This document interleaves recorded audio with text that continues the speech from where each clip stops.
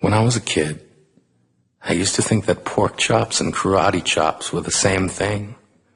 I thought they were both pork chops. And because my grandmother thought it was cute, and because they were my favorite, she let me keep doing it. Not really a big deal. One day, before I realized fat kids are not designed to climb trees, I fell out of a tree and bruised the right side of my body. I didn't want to tell my grandmother about it because I was scared I'd get in trouble for playing somewhere I shouldn't have been. A few days later, the gym teacher noticed the bruise and I got sent to the principal's office. From there, I was sent to another small room with a really nice lady who asked me all kinds of questions about my life at home. I saw no reason to lie. As far as I was concerned, life was pretty good. I told her whenever I'm sad, my grandmother gives me karate chops. This led to a full-scale investigation, and I was removed from the house for 3 days until they finally decided to ask how I got the bruises. News of this silly little story quickly spread through the school, and I earned my first nickname, Pork Chop. To this day, I hate pork chops.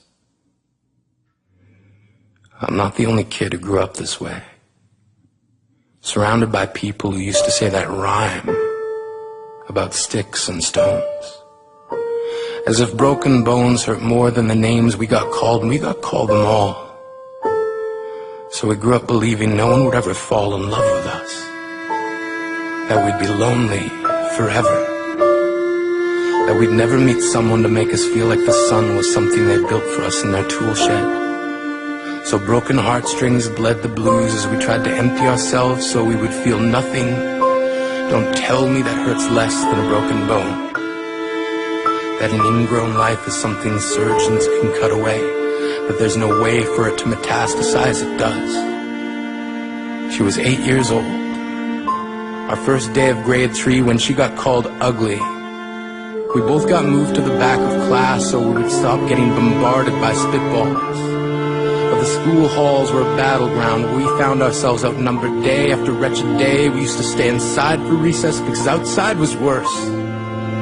Outside, we'd have to rehearse running away or learn to stay still like statues, giving no clues that we were there in grade 5. They taped a sign to the front of her desk that read, "Beware of dog." To this day, despite a loving husband, she doesn't think she's beautiful because of a birthmark that takes up a little less than half her face. Kids used to say she looks like a wrong answer that someone tried to erase but couldn't quite get the job done.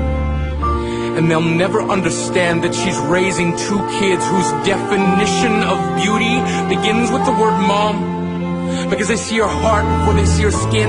Because she's only ever always been amazing. He was a broken branch grafted onto a different family tree.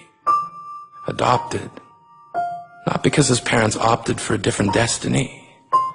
He was 3 when it became a mixed drink of 1 part left alone and 2 parts tragedy. Started therapy in 8th grade, had a personality made up of tests and pills, lived like the uphills were mountains and the downhills were cliffs, 4/5 suicidal, a tidal wave of antidepressants, and an adolescence being called pauper. 1 part because of the pills, 99 parts because of the cruelty.